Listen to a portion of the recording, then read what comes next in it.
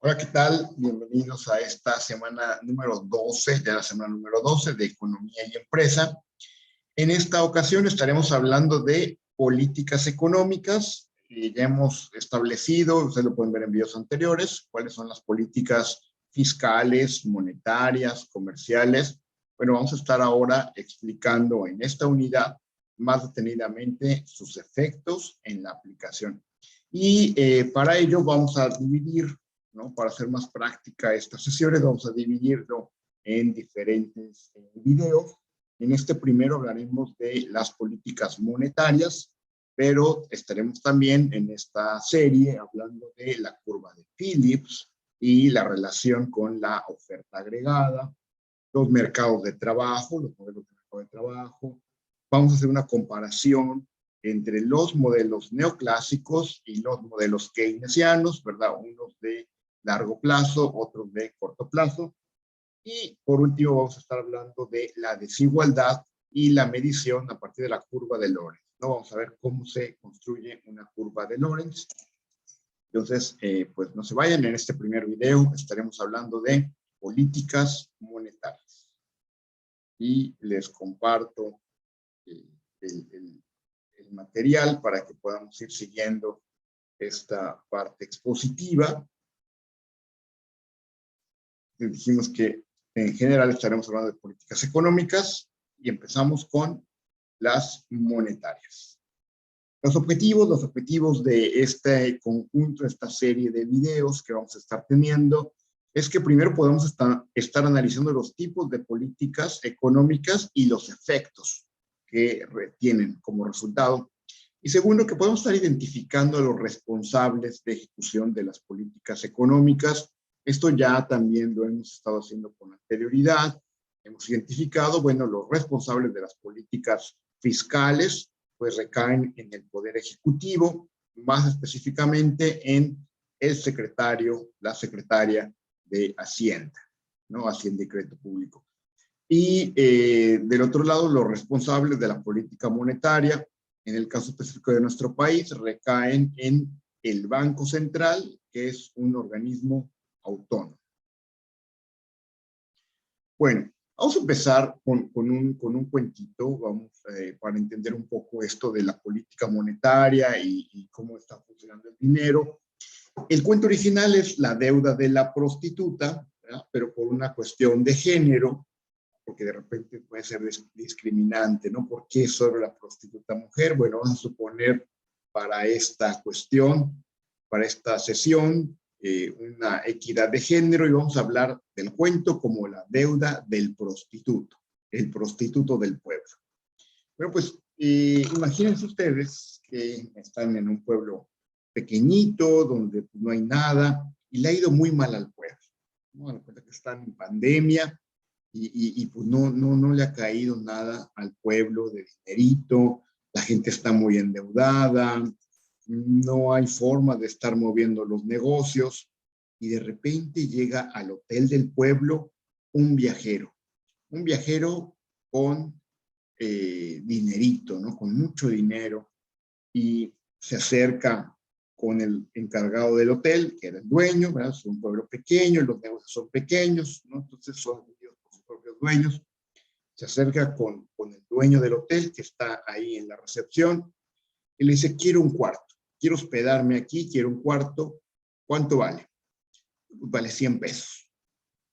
Bueno, quiero un cuarto, pero antes quiero verlo. O sea, quiero ver el cuarto, si me conviene, me lo quedo, si no, no.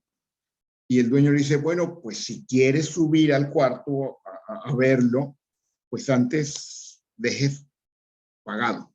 Si no le gusta, se lo devuelvo. Está bien.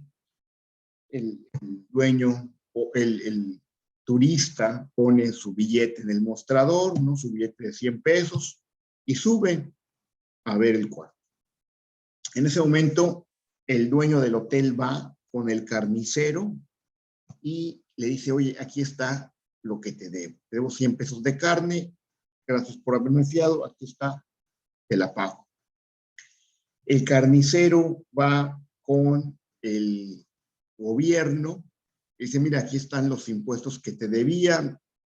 Tú me hiciste un crédito fiscal por las ventas que tengo de carne, pero aquí están, te las pago. ¿Ya, no? El responsable ahí del gobierno, pues da hacia las entidades, hacia las dependencias públicas, y dice, mira, aquí están los salarios que debíamos, ya con esto quedan saldados, ya no hay más. Y pues los que recogen este dinerito, los trabajadores, trabajadoras que recogen este dinerito, pues van con el prostituto del pueblo y dicen, mira, aquí está el dinero que te debíamos, gracias, ya no te debemos nada, gracias por fiarnos tus servicios, ya no te debemos nada. Y el prostituto del pueblo va al hotel y le dice al del hotel, mira, aquí están los cuartos que me fiaste, ¿verdad? Ya no te debo nada. Le deja el billete al dueño del hotel. En ese momento va bajando el turista, un poco decepcionado por lo que ha visto, y le dice al dueño, mira, lo siento mucho, prefiero no dormir en este pueblo. La verdad es que no me gustó el cuarto. Tomó su billete y se fue. ¿Qué es lo que ocurrió aquí? ¿No? Al final nadie se queda con nada, nadie se queda con el dinero, pero todo el mundo se queda sin deudas. Entonces, ¿qué es esto del dinero? ¿No? Pues del dinero es algo que va a decirnos Keynes, nos va a generar una ilusión monetaria. O más detenidamente nos lo va a decir Marx, nos va a generar una transfiguración, dice Marx, fantasmagórica. ¿Por qué? Porque el dinero en sí mismo no es una mercancía, no es algo tangible en sí mismo, ¿no? Aunque hemos dicho que hay un mercado de dinero y está modelado el mercado de dinero con la LM, ¿no? Pero en sí mismo el dinero no es otra cosa que un signo de valor. Es un intermediario para facilitar el intercambio de bienes y servicios, ¿no? Imagínense que estamos intercambiando celulares por lapiceros, ¿no? Para hacer el intermedio entre este celular y este lapicero necesitamos un equivalente. ¿Cuál es el equivalente del celular? ¿Cuál es el equivalente del lapicero? Y que entre los dos tengan un equivalente general. Es decir, un medio que pueda ser aceptado tanto por el que vende celulares como por el que vende lapiceros. Bueno, este equivalente general es el dinero. Esa es una de sus funciones, el dinero. Entonces, ¿qué es lo que está pasando? ¿Por qué esto puede suceder de esta manera? Porque el dinero debe de estar en circulación. Para que el dinero cumpla con su función, debe de estar en circulación. Y el dinero, ¿verdad?, va a generar ciertas distorsiones dentro de la economía en lo general, por eso es que tiene su mercado aparte para poder ser analizado, para poder ser estudiado. Es un mercado que se estudia desde la macroeconomía porque todos los mercados llevan implicado al dinero, ¿no? Entonces, por eso es tan importante verlo desde esta manera. Y a partir de ahí surgen las políticas monetarias. Entonces, las políticas monetarias tendrán que ver con, primero, la cantidad de dinero que se emite. Y luego tendrán que también analizar la velocidad del dinero, la velocidad con la que circula el dinero. Imagínense ustedes que en este cuento que acabamos de decir del prostituto del pueblo, las personas no hubieran ido lo suficientemente rápido, ¿no? Entre sí. O sea, que el turista hubiera terminado de revisar la habitación antes que el dinero volviera a circular nuevamente al hotel, pues el turista estaría contrariado, estaría enojado, ¿verdad? Se detendría el proceso y diría, quiero mi dinero, ¿cómo es que se lo llevaron? ¿Por qué se lo llevaron? ¿No? Y detiene el proceso de circulación. Entonces, vean las características que debe tener primero el proceso de circulación del dinero Y segundo, la velocidad en la que va circulando el dinero. Bueno, pues, ¿de qué depende la velocidad con la que circula el dinero? Pues, número uno, depende de la cantidad de dinero que hay en el mercado, es decir, de la masa monetaria, pero también va a depender del nivel económico, de la tasa de crecimiento económico del país, va a depender esto. Y, claro, de otros factores, las sensibilidades, ¿no? Lo hemos puesto en las ecuaciones LM, las sensibilidades que tengan las personas con respecto a su demanda de liquidez, ¿no? Habrá personas que quieran tener más o menos dinero y que por lo tanto estén demandando ese dinero en efectivo. ¿Y de qué va a depender? Pues también de la confianza del consumidor, de la aversión al riesgo, de la especulación, ¿no? Y aquí vamos a tener las tres funciones del dinero de acuerdo a Keynes. Una de ellas va a ser precisamente la especulación. El dinero también puede servir para especular, ¿no? Lo que va a estar sucediendo en el futuro, bueno, pues con el dinero podríamos estar especulando, gastamos o no gastamos, lo retenemos o no lo retenemos. Otra función del dinero es un medio precautorio. Es decir, uno busca liquidez por precaución, ¿no? Si yo tengo un gasto en un futuro, pues voy a querer tener ese dinero en efectivo. Si yo tengo que hacer frente a un compromiso, si a lo mejor ahora que se está depreciando el dólar, por ejemplo, frente al peso, pues quizá no voy a preferir dólares y mejor voy a preferir pesos, ¿no? Entonces es un entorno precautorio. Y por último, pues es un medio de transacción, ¿no? Porque nos va a servir como equivalente general para el intercambio de bienes y servicios. Pues ahí están las tres funciones del dinero: precautorio, especulativo y de transacción, medio de transacción. Ya dijimos que el responsable de la política monetaria es en nuestro país el Banco de México. El Banco de México hace las veces de banco central. Entonces, en todos los demás países hay un banco central, ¿ya? Dependiendo del sistema monetario que cada país tenga. Este banco central puede o no ser autónomo, ¿verdad? En el caso de México sí es autónomo, y también puede haber varios bancos centrales. Por ejemplo, en Estados Unidos, las entidades, los estados, tienen su propio banco central que se coordina con la Reserva Federal de Estados Unidos. Allá el Banco Central se llama la Reserva Federal, ¿no? Aquí se llama Banco de México. Bueno, el Banco de México no es un banco comercial, ¿verdad? Es una entidad pública, descentralizada y con carácter de autónoma. Desde 1995 tiene este carácter de autónomo.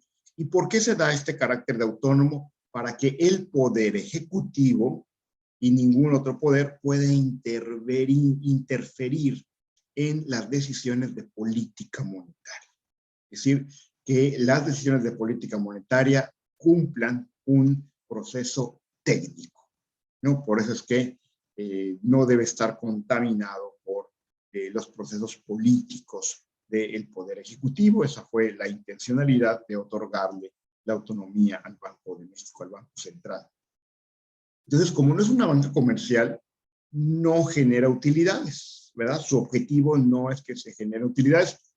A veces a estas diferencias que ha obtenido el Banco de México se le llaman remanentes, y hay varias opciones para hacer estos remanentes. No en todos los casos se tendrán que enviar al Poder Ejecutivo para que sean integradas a la hacienda pública. Algunos de estos remanentes podrán pasar de manera directa a las reservas, a las reservas internacionales. Entonces, ¿qué son las reservas internacionales? Pues es la cantidad de dinero que el banco tiene en denominación de moneda extranjera, principalmente dólares, para hacer frente a sus compromisos, ¿no? Es decir, para garantizar o para respaldar el valor de la moneda local, en este caso el peso mexicano.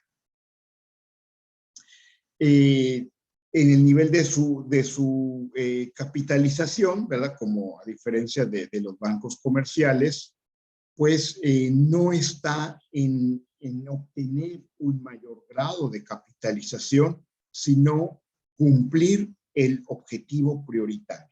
¿Cuál es el objetivo prioritario del Banco de México y de la política monetaria en lo general? Pues recordemos que estamos en una política monetaria todavía de carácter neoclásica, por lo tanto los objetivos de esta política no son el crecimiento, no son el desarrollo.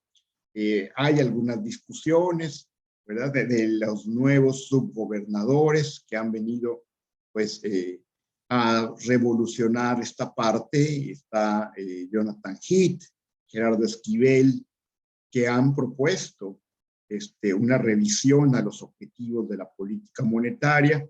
Gerardo Esquivel, de manera más explícita, ha estado señalando que uno de los objetivos tendrá que ser el desarrollo y el crecimiento económico, ¿no? Pero por ahora no lo es. Por ahora el objetivo del Banco de México es uno muy clarito, que es la estabilidad de precios. Entonces, la política monetaria se utiliza en nuestro país para la estabilidad de precios. Es decir, para que la inflación no rebase la meta propuesta. La meta que tiene el Banco Central ahora es una inflación del 3%, y le deja un rango de más o menos 1%. Es decir, si la inflación es entre el 2 y el 4%, el Banco de México está cumpliendo su objetivo. Cuando está fuera de este rango, pues es que hay algunos problemas, hay algunas alertas. En estos momentos, por ejemplo, tenemos una inflación más elevada, estamos en el 7%, es decir, estamos más del doble de la meta originalmente planteada, o con menos del doble con los intervalos, con las bandas que se ha puesto el propio Banco de México, pero estamos fuera de ese rango de objetivo. Esto se debe en gran medida a una inflación de carácter internacional, ¿no? Es decir, hay un choque exógeno a nuestra economía, que es lo que ha estado afectándolo, y ahí tiene que actuar con cierta mesura el Banco de México para contrarrestar esta inflación, porque aunque haga varios movimientos en términos de política monetaria, quizá los resultados no sean los favorables. Entonces, el Banco de México, en su carácter de entidad responsable de la política monetaria, pues es el único, ¿verdad?, por la Constitución política, es el único que puede acuñar moneda, es el único que puede emitir billetes, ¿verdad? Toda la responsabilidad es sobre Banco de México. Nadie más. Nadie más puede hacerlo. Por eso cualquier otro billete, cualquier otra moneda que surja de otra entidad se le considera falso. Y para que no dupliquen los billetes, no dupliquen las monedas, pues Banco de México ha puesto varios candados a esta base monetaria. Entonces, la base monetaria va a ser todo el dinero que hay en circulación.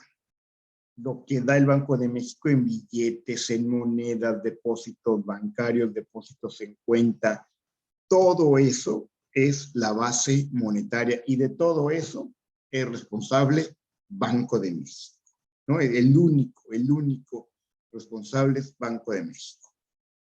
Lo hace, obviamente, el sistema está apoyado en la banca comercial, ¿no? O sea, hay un sistema de coordinación donde la banca comercial tiene que responder a Banco de México y ser el medio con el cual Banco de México facilite la circulación de estos billetes y monedas.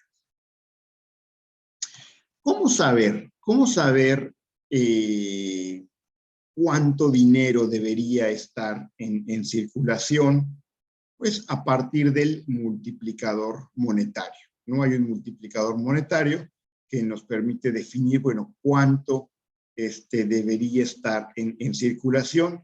Y a partir de aquí, el Banco Central puede definir, aumentar o disminuir la masa monetaria. Mira cómo esto, multiplicador monetario, es la M, y esto es igual a 1 sobre C, cuando C es precisamente la tasa de encaje legal que deberían de tener los bancos. Entonces, ¿cómo le llamamos a esto encaje legal? Pues es el porcentaje de dinero que los bancos comerciales deberían de estar reteniendo para disminuir la masa monetaria de un país. Estas medidas regularmente son poco utilizadas, por ejemplo, para contener la inflación, ¿no? Para contener la inflación sabemos que el instrumento más utilizado es precisamente la tasa de interés, pero más bien este multiplicador monetario permite otras cuestiones. Por ejemplo, ¿cuánto dinero puede prestar un banco a partir del dinero que tiene depositado? ¿Hasta cuánto podría hacerlo? ¿No? Este es el numerito que nos da el multiplicador monetario. Por ejemplo, un banco que tiene 1,000 pesos depositados, ¿cuántas veces podría prestar esos 1,000 pesos? Sabemos que no en todas las ocasiones tendrá que desembolsar físicamente esos 1,000 pesos. Bastará que haga un cheque, que haga una transacción, que es una deuda que así mismo se va adquiriendo con el banco. Entonces, ¿cuántas veces lo podría hacer con respecto a el mismo dinero que tiene? A ver, para que podamos entender esta parte, vayámonos un poquito a la parte en donde surge esto de los bancos y del dinero, de los préstamos.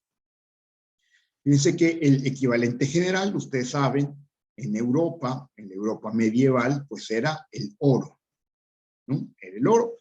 Y era la forma en la que se pagaba. Se pagaba a partir de oro.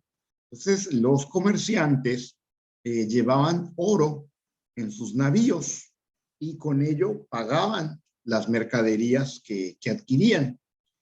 Esto era complicado cuando el volumen de oro transportado pues era demasiado. Entonces van surgiendo agentes privados que se dedican a guardar ese oro. Entonces los viajantes van con estos agentes y les piden que guarden su oro. A cambio de ello, los agentes les firman un documento que avala que hay cierta cantidad de oro depositada en su poder. Pero con este papelito, ¿verdad? Que podría ser el antecedente de un cheque, de un billete, los comerciantes pueden ir e intercambiar y comprar sus productos. Ya no necesitan llevar todo el oro en físico porque a quien le entreguen ese papelito podrá ir con el agente y reclamar el oro por el que vale ese papelito, ¿no? Entonces, empiezan a intercambiarse las mercancías pues a partir de estos papelitos que son los signos de valor, los antecedentes de los billetes. Obviamente, ¿quién va a respaldar de mejor manera? Pues el agente o la casa de agentes que tenga mayor prestigio, ¿no? Aquellos que hayan tenido una mejor reputación en el cuidado del oro, pues van a ser los que los comerciantes van a escoger para que guarden el oro y por lo tanto los vendedores también van a tener ciertas preferencias sobre los agentes más responsables y los que mejor reputación han reportado. Pero ¿qué sucede con el dinero o con el oro? No el dinero como tal, con el oro que van guardando estos agentes, pues también lo pueden prestar. También lo pueden prestar porque no lo necesitan sacar de manera física. Basta con que den otro papelito donde digan que está respaldado por la cantidad de dinero que diga ahí, ¿no? Por la cantidad de oro que diga ahí. Y así empiezan los préstamos. Pero como ese oro no tiene que ser retirado de manera física, ¿cuántas veces puede ese agente emitir papeles por el oro que tiene ahí? ¿Hasta cuánto sería lo conveniente? ¿No? Vamos a ver que el agente va a emitir varios documentos sobre la misma cantidad de oro, porque sabe que no lo van a reclamar de manera física. ¿Qué sucede si lo reclaman de manera física? Bueno, pues vendría un colapso del sistema, ¿no? Que ha pasado en algunos momentos, ¿no? Por ejemplo, en la crisis del 29, cuando se utiliza el dinero precisamente a manera precautoria y desde luego con los fines especulativos de que los bancos no tenían dinero para pagar, todas las personas fueron a los bancos a sacar el dinero que tenían en sus cuentas. Era obvio que el banco no tenía tal cantidad de dinero porque mucho estaba en préstamo. Y por lo tanto, pues eso aumentó más o agudizó las condiciones de la crisis, ¿no?, que se estaban dando.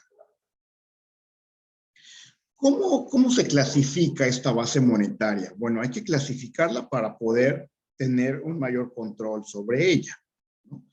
La forma de clasificación recientemente cambió el 31 de enero del 2018. Entonces, esto que vamos a presentar ahora es la nueva base monetaria y que está basada en pues la propuesta que hace Fondo Monetario Internacional en 2016, ¿verdad?, que es un lineamiento sugerido, entre comillas sugerido, más bien es casi obligatorio, para tener una definición estándar a nivel internacional de los agregados monetarios. Los agregados monetarios no es otra cosa que la forma en la que clasificamos la base monetaria. ¿Y cuáles son estos agregados monetarios? Pues mira, tenemos 4 agregados monetarios. Desde el más líquido se van a estar clasificando así, desde los más líquidos que van a estar contenidos en el M1 hasta los menos líquidos que van a estar constituidos en el M4, ¿no?, sumados con todos los demás. Entonces, a ver, mira, en el M1, que es la parte más líquida de la base monetaria, están todos los billetes y monedas, y además los depósitos exigibles, ¿no?, cobrables de forma inmediata. Entonces, todo eso va a estar en M1, se llama M1. El dinero que tenemos en la cartera, el dinero que tenemos guardado en la casa, en el cochinito, eso es M1, eso es M1. Oye, me mandaron a cobrar un pago para el día de hoy, me lo tiene que dar el banco el día de hoy, es M1, es M1. Todo eso es M1. Oye, ¿y el gobierno sabe que yo tengo dinero en el cochinito, que yo tengo dinero en la cartera? Pues a lo mejor no sabe del dinero que tienes en el cochinito, pero sabe que hay dinero en circulación. Y ese dinero que tienes en el cochinito, el Banco de México lo tiene registrado, que está ahí en la calle. Después viene el M2. Mira cómo están los círculos. Quiere decir que el M2 abarca todo el M1, pero además va a tener en su cuenta depósitos a plazos de hasta 5 años. Entonces, M2 va a ser M1 más depósitos a plazos hasta 5 años. ¿Esto qué quiere decir? Un pago exigible de manera inmediata, el banco no lo puede prestar, porque sabe que lo tiene que pagar. Pero en cambio, si tú has hecho un depósito a largo plazo, es decir, una inversión a largo plazo, entonces los bancos comerciales sí lo pueden prestar, porque saben que por contrato estás obligado a no pedir ese dinero hasta que se haya cumplido el plazo de vencimiento, ¿no?, del pagaré que has firmado. Luego viene el M3. Mira cómo crece el círculo, porque el M3 contiene a M1. O más fácilmente, contiene a M2. Ya sabemos que M2 contiene a M1. Entonces, M3, además de ello, va a poner también ahí los valores emitidos por el sector público. Es decir, todos los bonos que se subastan, los certificados de valor, ¿verdad?, la deuda pública, todos esos valores que emiten las entidades públicas van a estar dentro de M3, más lo que hay en M2, ¿no? Ya sabemos que en M2 también está M1. Y por último, el último agregado monetario, pues claro, es M4, y en M4 va a estar todo lo anterior, es decir, todo M3, que ya sabemos que M3 contiene M2 y M2 contiene M1. Bueno, va a estar todo lo anterior, más el dinero de los no residentes, ¿verdad? Pesos mexicanos de los no residentes. Imagínate que llegó un turista, cambió su dinero, lo cambió por pesos, pero cuando acabó su estancia no se lo gastó y no lo cambió de vuelta a su moneda local, más bien se llevó el dinero. se llevó los pesos mexicanos. Oye, ¿de ese dinero tienen algún registro? Claro, claro que se tiene registrado el dinero que tienen pesos mexicanos y que no están dentro del país. O alguien que se llevó dinero al extranjero, ¿verdad? Un extranjero que vino y tuvo que cambiar pesos para poderlos intercambiar en el mercado mundial. El peso mexicano, la moneda mexicana, tiene ciertas características que hacen que sea atractivo para muchas transacciones, ¿no? Entonces, esto ha ocurrido con mayor frecuencia en los últimos años.